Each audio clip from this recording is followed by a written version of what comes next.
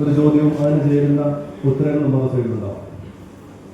ചേരുംപടിയുടെ ഇടതുവശം ഗുരു എന്ന പേര്, ചേരുംപടിയുടെ മറുവശം ഒരുപക്ഷെ 100ഓളം പേരുകളുണ്ട്.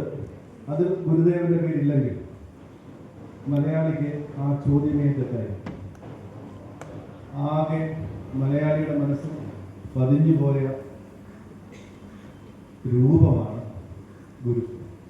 അത്രമേൽ മലയാളിയുടെ മനസ്സിൽ ആഴപ്പെട്ടു പോയതിനാൽ ആ ഗുരുവിൻ്റെ ദർശനങ്ങളെ കുറിച്ച് 2 പ്രബന്ധങ്ങൾ വളരെ ശ്രദ്ധാപൂർവം നിങ്ങൾ കേൾക്കണം എന്ന് ഞാൻ ഒരു ചെറിയ അപേക്ഷ വെച്ചുകൊണ്ട് ആദ്യത്തെ പ്രബന്ധ അവതരണത്തിനായിട്ട് ശ്രീ ഡോക്ടർ ജോബിൻ ചാമക്കാലെ ക്ഷണിക്കുന്നു.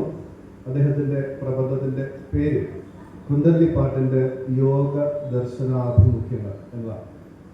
അപ്പോൾ വളരെ സ്നേഹത്തോടെ, ഏറെ സന്തോഷത്തോടെ പ്രിയ സുഹൃത്തുകൂടിയായ ജോബിനെ ക്ഷണിച്ചു.